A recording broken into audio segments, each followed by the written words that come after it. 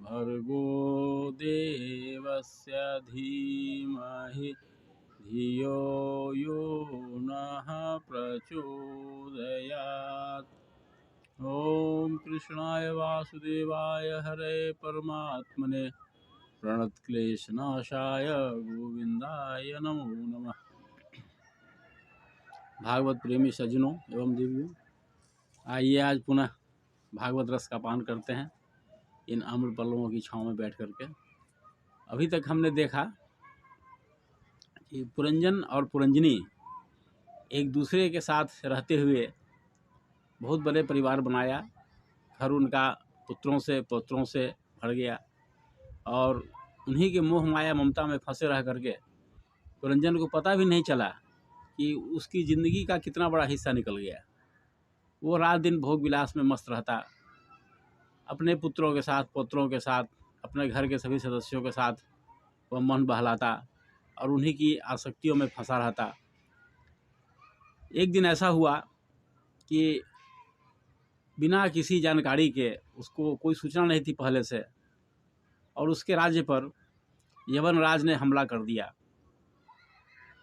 जरा एक काल कन्या थी, जरा काल कन्या की सहायता से यवनराज ने उसकी नगरी पर आक्रमण कर दिया, पूरी तरह उस नगरी को विध्वंस कर दिया और उस नगरी में आग लगा दिया। उसके बाद ऐसी स्थिति हो गई कि पुरंजन को वहाँ से भागना पड़ा।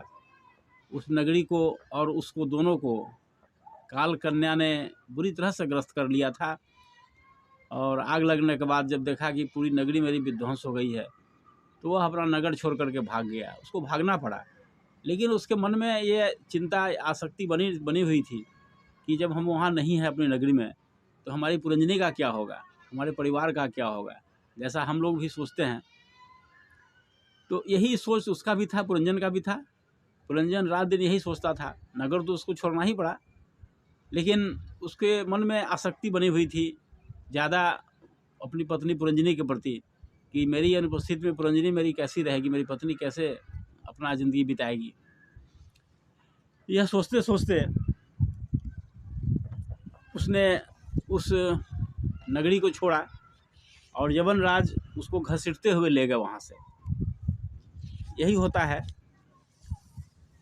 एक ऐसा समय आया जब उसने देखा कि उन्होंने जिन पशुओं को बलि दी है, जैसा कि नारद जी बतला रहे थे उनको, राजा प्राचीन बढ़ी को बतला रहे थे कि तुमने यज्ञों में जिन पशुओं को मारा है, वे देखो आसमान में सर उठा करके वे तुम्हारा इंतज़ार कर रहे हैं। तुम भी जब वहाँ जाओगे तो वे इस मौत का बदला लेंगे तुमसे। इस बात को हमेशा ध्यान रखो। यही हाल हुआ इसका। जब इसको ले गए यवनराज के सैनिक, यवनराज जब इसको घसीटते हुए ले गए तो इनके साथ भी वह सब व्यवहार हुआ और उसको पशु के समान ले गए। इनको बहुत जख्म लगाया गया। और एक समय आया कि जब पुरंजनी की चिंता में उसने अपना शरीर छोड़ दिया। तो जैसा कि हम चर्चा किए थे श्रीमद् भगवद गीता में कि मनुष्य जिन भावों को स्मरण करता हुआ शरीर त्यागता है, उसी को प्राप्त होता है। तो पुरंजन अपनी पत्नी पुरंजनी की चिंता में शरीर त्यागा, तो इसका परिणाम ये हुआ कि उसका अगला जन्म एक स्त्री के रूप में हुआ। इस बात को खूब गौर से हम लोग सुनेंगे। पुरंजन अपनी पत्नी की याद लिए हुए अपना प्राण त्यागा, शरीर छोड़ा, तो उसका अगला जन्म एक कन्या के रूप में हुआ। कन्या के रूप में कहाँ हुआ? वो विदर्भ राज के घर उनकी पुत्री के रूप में उसका जन्म हुआ।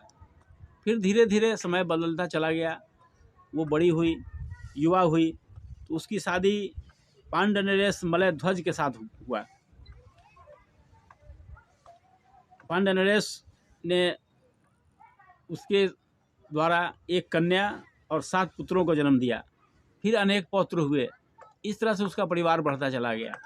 एक समय आया जब पांडनरेश अपने पुत्रों में राज्य को बांट दिए और तपस्या करने के लिए वनों में चले गए। जैसा कि उस ज़माने में ऐसा था कि ये मनुष्य जीवन का जो प्रणाली है हमारी, जो वर्णाश्रम धर्म की जो हमारी प्रणाली है, उसका पालन हर कोई करते थे, एक आम आदमी से लेकर राजा महाराजा तक। क्योंकि जीवन का एक हिस्सा वानप्रस्थ और संन्यास के लिए लगाना चाहिए, जहाँ मनुष्य आत्मज्ञान, अपने आत्मस्वरूप का परिचय करता है और भगवत प्राप्ति का प्रयास करता है। जो ऐसा नहीं करता है उसको बहुत पश्चाताप करना होता है। तो मलय ध्वज अपने पुत्रों में राज्यों को बांटे और भगवान कृष्ण की प्राप्ति के लिए तपस्या करने के लिए वन की ओर प्रस्थान कर गए। उनकी पत्नी जो पुरंजन थे पूर्व जन्म में, जिनका नया जन्म कन्या के रूप में हुआ था, इस कथा पर खूब गौर कीजिएगा कि वह अब स्त्री रूप में थी। जो पुरंजन पुरुष रूप में थी, वह अंतिम समय पुरंजनी की चिंता करने के कारण वो कन्या शरीर उसको मिला, तो वह अब पत्नी की भूमिका थी।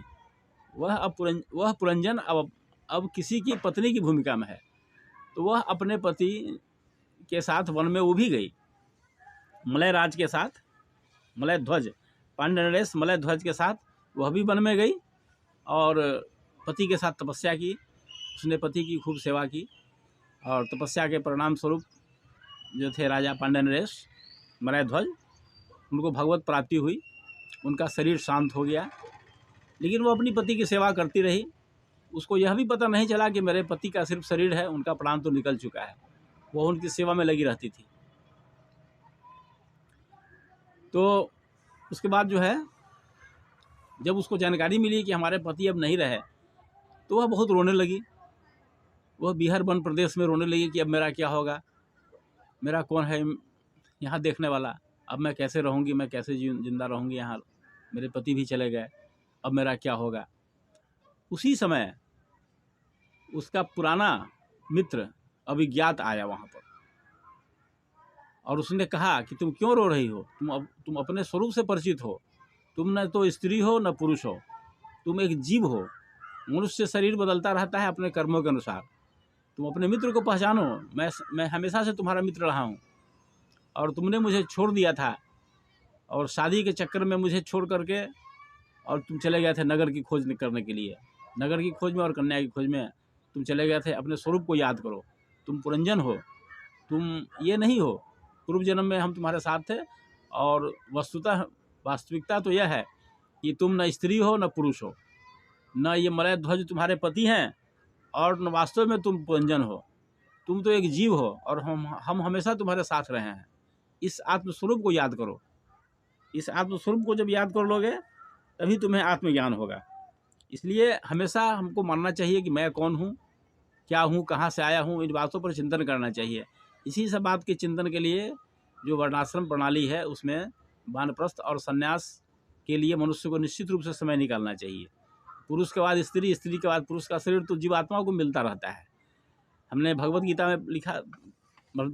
में हमने चर्चा किया था कि अंत काले च मामेव स्मरण मुक्त्वा कलेवरम यह प्रयाति समद भाव नास्त्यत्र संशय यम यम वापी स्मरण भावम त्यज तंते कलेवरम तम तमेवेति कौन्तेय सदा तद्भाव भाविता तस्मात् सर्वेषु कालेषु माम अनुस्मर युद्धे च। कि अंत काल में मनुष्य जिन भावों को स्मरण करता हुआ शरीर त्यागता है, उसी को प्राप्त हुआ था, उसी को प्राप्त होता है। क्योंकि पुरंजन ने पुरंजनी का स्मरण करते हुए शरीर त्यागा था, इसलिए उसको कन्या का शरीर मिला। तो जब उसके पुराने मित्र अभिज्ञात, इसको हम विस्तार से बताएंगे कि इसमें पुरंजन क्या होता है, पुरंजनी क्या है। इस कथा को माध्यम बना करके बहुत बड़े अद्भुत आत्मज्ञान की शिक्षा दी गई है। हम हर मनुष्य को ये चीज़ जानना चाहिए।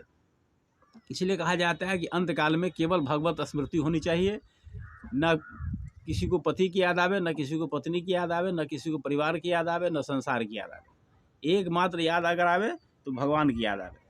तो वही अभिज्ञात जो उसका पुराना मित्र है, वो उसको बता रहा था कि जैसे एक पुरुष अपने शरीर की परछाई को शीशे में और किसी व्यक्ति के नेत्र में भिन्न भिन्न रूप में देखता है।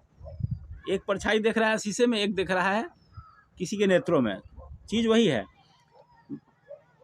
लेकिन दो तरह का दिखाई पड़ता है। वैसे ही एक आत्मा विद्या और अविद्या की उपाधि के भेद से अपने को ईश्वर और जीव के रूप में दो प्रकार से देखता रहता है।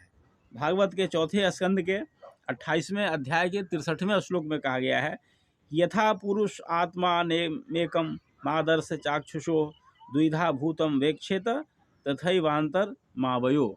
इसका यही मतलब होता है कि ये केवल विद्या और अविद्या के कारण दो तरह के प्रतिबिंब दिखाई पड़ते हैं। हमारा तो मूल शरीर जीव रूप में है, हम न स्त्री हैं न पुरुष हैं, लेकिन मनुष्य इसी अज्ञानता में, इसी अविद्या के कारण भटकता रहता है। यही बात उसको जो पुराने मित्र थे वो उसको बता रहे हैं। ये बहुत बड़ा आत्मज्ञान है। इस पर हम थोड़ी सी चर्चा और करेंगे अगली कड़ी में। आज इतना ही। ओम शांति शांति शांति, सर्वारिष्ट सुशांतिर्भवतु।